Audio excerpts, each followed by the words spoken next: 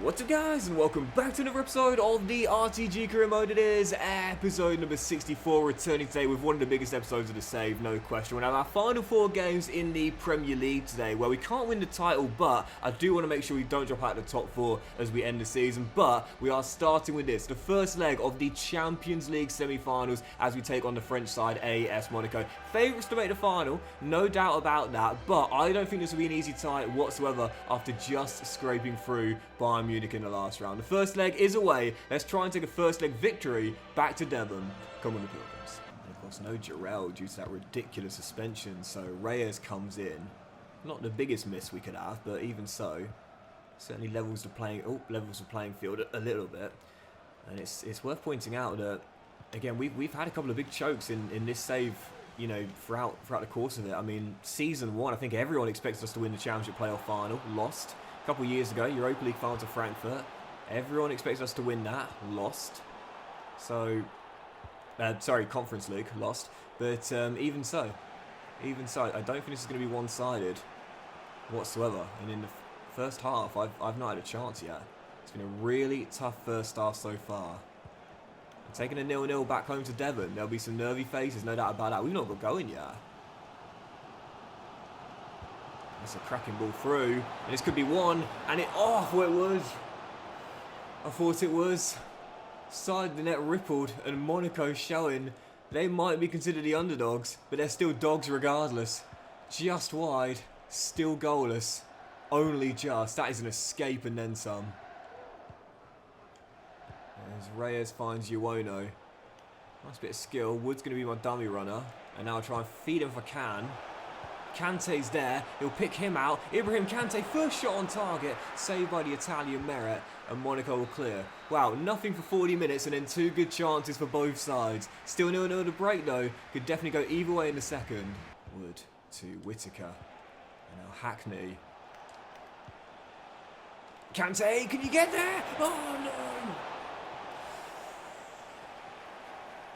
no! Only proper chance and a half, couldn't steer it goal bound. It's the final 5 minutes in a 0-0 first leg. Ball didn't go out, did it? I thought it went out. It didn't. Oh, for Fana, what a huge block. My goodness, this is nervy. Really nervy. You talk about underperforming and just trying to grind out a goalless draw. Oh, which we probably will now. What a save, Agrizabala. My word. Well, like I said, we might be favourites, but this ain't going to be easy. Just giving the ball away for one last chance for Monaco. It's played into the middle. It's rolled inside. Agrizabala bails me out again. Embarrassing. Absolutely embarrassing. Final chance from the corner to be whipped into the middle. And Agrizabala got to get there. Well in. Well in. Good end to the game from Julian, but a poor 89 minutes from Plymouth. A rare game where we're not flowing. Kante misfiring. Golden chances spurned. And in the end, we go back to Devon with a tie, still tied at 0-0. We played at our home park. We won't get away with it again. That was a shocking performance. That was poor. Really poor. And you've got to play better than that on Wednesday night. Before we get there, though, on the weekend, Sunday afternoon, Crystal Palace coming to Devon. Again, we can't win the championship now. And we're not playing another season. So really, doesn't matter where we finish. But I don't want to finish the save outside the top 4. So let's return to winning ways here. Get a big 3 points against Glasgow side. And make sure we keep Everton in 5th. At bay for the remainder of the campaign. Palace at home, come on the Pilgrims. Yeah, a few starters out there for the game and a few getting rested for Wednesday night. What a back heel that is, and Agrizabala continuing his fine form from Monaco to Plymouth and still tied at 0-0. But yeah, I know we're not playing another season, but my final year of what's been a great save, I don't want to end it finishing in like 5th place as number 5 Afaiki gets goal number 1 for the season. The Tongan fullback with the opener. Plymouth lead. Hackney to Bar. And Whittaker and Rob can tease his run. He'll be poked through. It's the Togolese Prince who offloads. Kante missed a few good chances in Monaco. Wasn't going to miss that. Ibrahim back on the score sheet, but mate, I need you to do that on Wednesday night. Yeah, a rare off game from Ibrahim Kante at Monaco.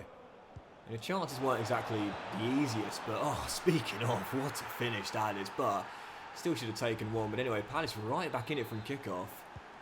It's 2-1. I do not want to go into that second leg against Monaco with only one win in, I think, 5 games in all competitions. That is not going to give us much confidence. Got to see this out here. Taylor to Randell. Now Matthews off the bench. A few goals this season for us. Clips it in. Randell, oh, what a turn. Take your time and finish. Oh, yeah, nicely done. Weaker left foot, bottom corner. One of the OGs, Adam Randell, wraps it up. You know, it's not the best performance of the season, but oh, it's gone in. That's just crept in, but better on the offensive end, but defensively, shocking. How on earth did that ball sneak through there? 3-2, game's not over yet. No, we will hold on and get the win. Made hard work of it though, made really hard work of it. Twice we let Palace back in, but thankfully not enough time for them to stage a fight back. Much better offensively, but if we defend like that against Monaco in the week, I could see us conceding early and putting ourselves in a hole. Gotta tighten up. Yep, here we go. Second leg of the semi against Monaco, and they go with a tied at 0-0 heading to this. You'd probably say we are favourites being back in Devon, but defend like that against Crystal Palace and finish like we did in the first leg against Monaco, and that'll be a recipe for disaster. So I've got no idea what to expect in this second leg, but what I need to do is be more assertive from the first whistle and go at the French side looking for an early goal. I think that is the key to our success tonight. Monaco in the second leg of the Champions League semi-final. Let's not bottle it here. Come on, yeah, come on, better performance and we'll make it through. But can't afford another subpar display. That first leg, I don't know what it was. I don't know if it was like, you know, nerves, pressure. Yeah, first time getting to a Champions League semi, I don't know.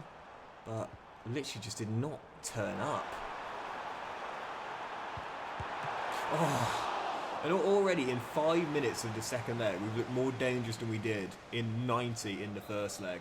Much better, much better. Merritt with the save, still goalless, but that's what we've got to do. Be more aggressive. Yeah, I get it, uncharted territory, thus that brings nerves naturally, but you can't play like we did in the first leg. Twice, not at this level. Regardless of the opponent, Wood beaten.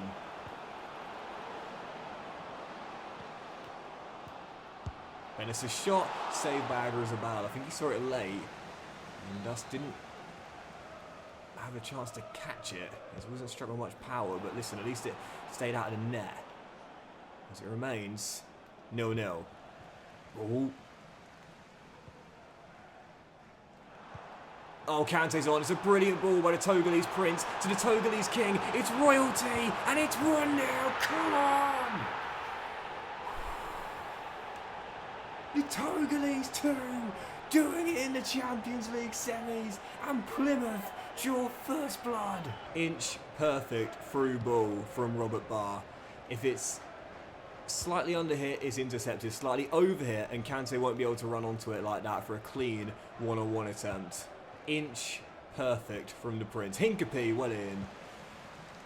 And we do have that early lead. And I said we needed that tonight. I just felt it. The longer the game would go, oh, well in, Bard. The longer the game would go on at 0-0, that's when you start to think, oh, I don't know about that. But, oh, Robert Barr is feeling it. Robert Barr is feeling it. And Ibrahim Kante is on for his second. No, what a miss. Should have been 2. Rona on the left-hand side. Steps in field. Whittaker is there. Morgs, what a bit of dribbling! Right before the break, Plymouth doubled the lead. And I said in this leg, we need to be more aggressive, much more assertive, and we have been. First the King, then one of the OGs. Plymouth tuned up and surely on course for the final. Much better. You can't get away with poor performances twice in a row in a knockout tie because it's a two-legged affair. So of course you need to improve on a poor first leg display. And that's the thing, man. We talked about this so often, but when you've stumbled out of blocks, when you've let yourself down, when you've not been quite at the races, when you've performed poorly, there's time. There's time to turn the tide. But you got to do it by working much harder and being a lot more aggressive. And it's exactly what we've done tonight on both ends of the pitch as well. Both ends of the pitch. We've kept Monaco quiet practically the entire game. You won't have skips away. This is going to be free. Whoop! And Merritt with the save keeps it 2-0. But again, much better. Taking accountability. Turning inwards, turning up, and as time is about to expire, Plymouth Argyle are heading to the Champions League final in their first and what would be only season in the CL. Absolutely buzzing. We made hard work of it. The first leg was really poor, but the second leg much better, and that's the kind of display we'll need if we're to win the Champions League in the final as well. The question is, who will it be, Liverpool or Marseille? I saw the first leg finish 2-1 Liverpool, but I intentionally didn't see who won the second leg, but we'll go find out together. Plymouth are going there though, CL final. Alright, let's do it. Let's have a look. Who is it going to be in that Champions League final? Of course, with no disrespect, I would have wanted Marseille, but it is going to be an all-English affair as we will face Liverpool in that Champions League final. Well, as we know this season, domestically, they are on their way to reclaiming their Premier League title, and we'll meet them in the CL final as they're going for a double.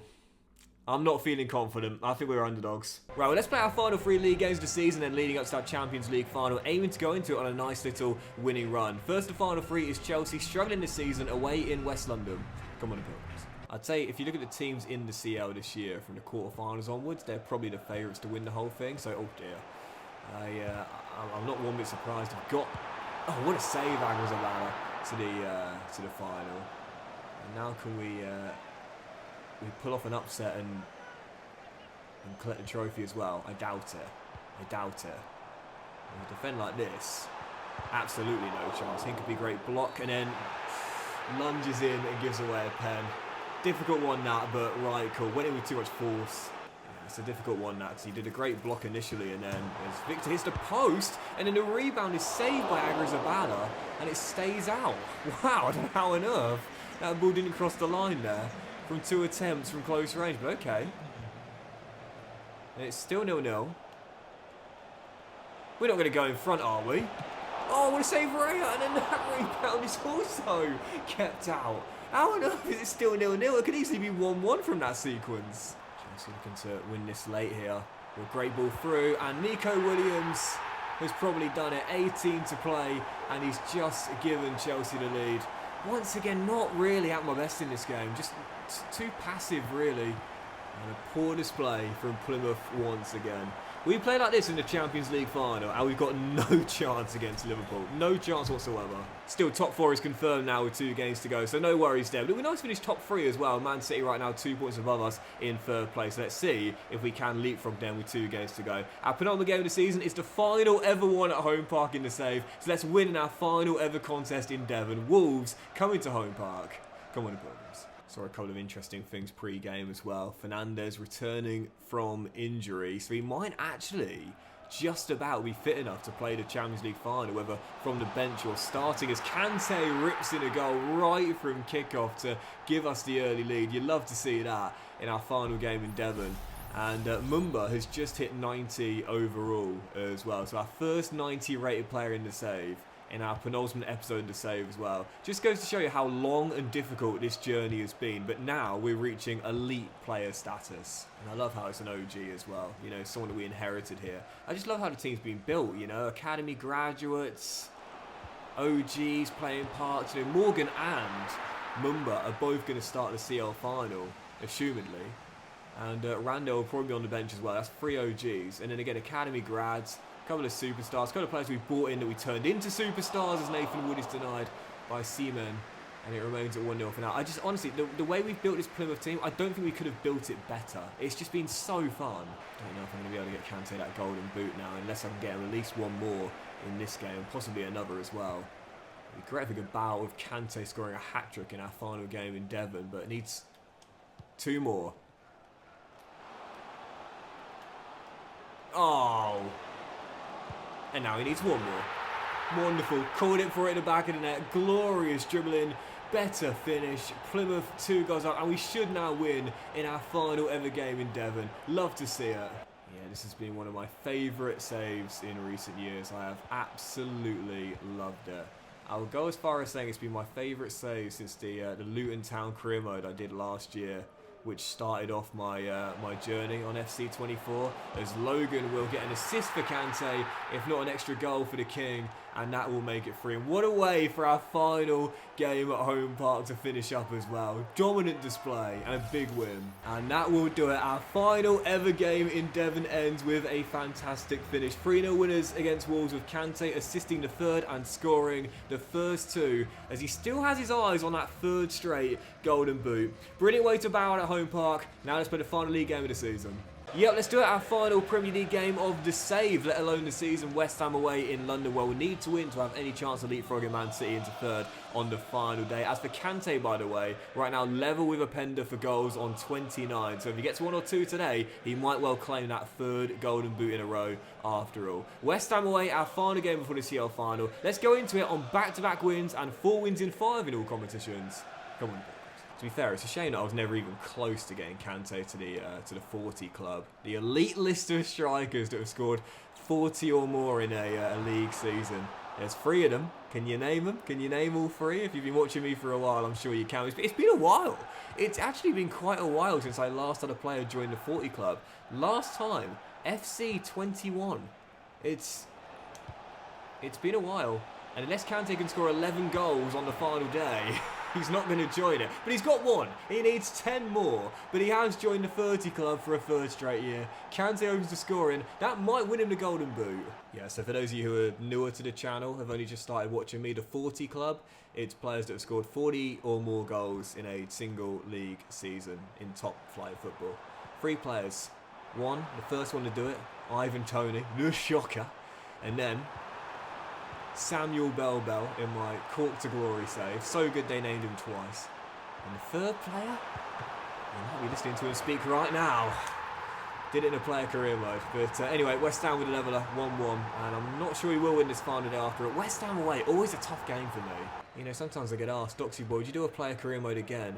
Honestly, I would love to, but the reason why I've not done it is just because I don't think I can top that save. When I start a new manager career mode, I go into it with the same mentality of, I think I can make this really, really good and one of the best ever. Every time I start a save, I think that.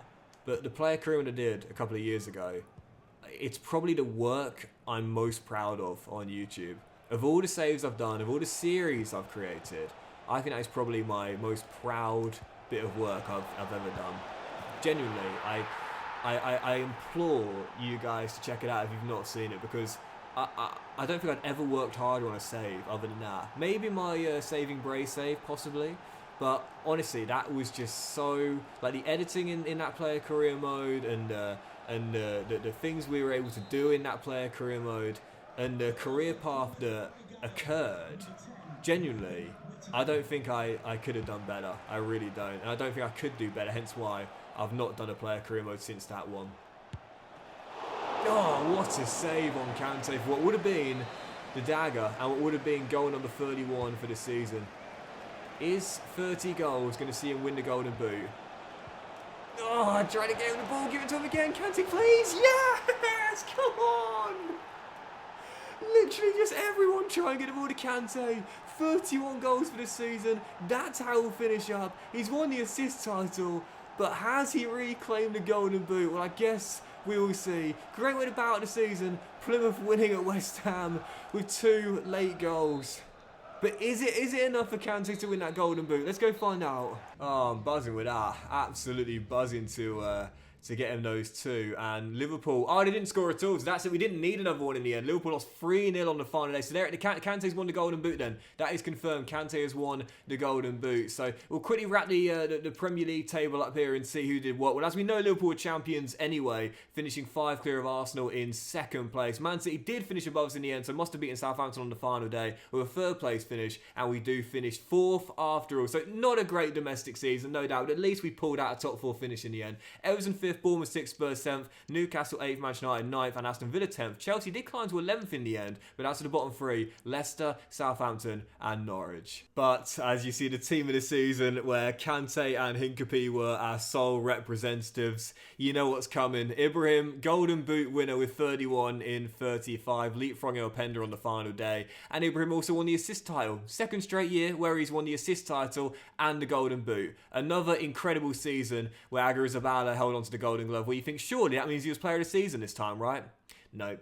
Openda wins it somehow. 3rd straight year where the king has been snubbed. But I like it. Chip on the shoulder for the Champions League final. So that'll do it for today's episode, guys. Massive thank you for watching. Hope you've enjoyed. If you have, then please do drop a like. So you'll have a fantastic day. I'll return next one with the Champions League final against Liverpool, the series finale, where we go for European glory, Plymouth's first ever European trophy, and the perfect way to bow out an incredible save. Have a great day, guys. Much love, and I'll see you with the Champions League final versus Liverpool very soon.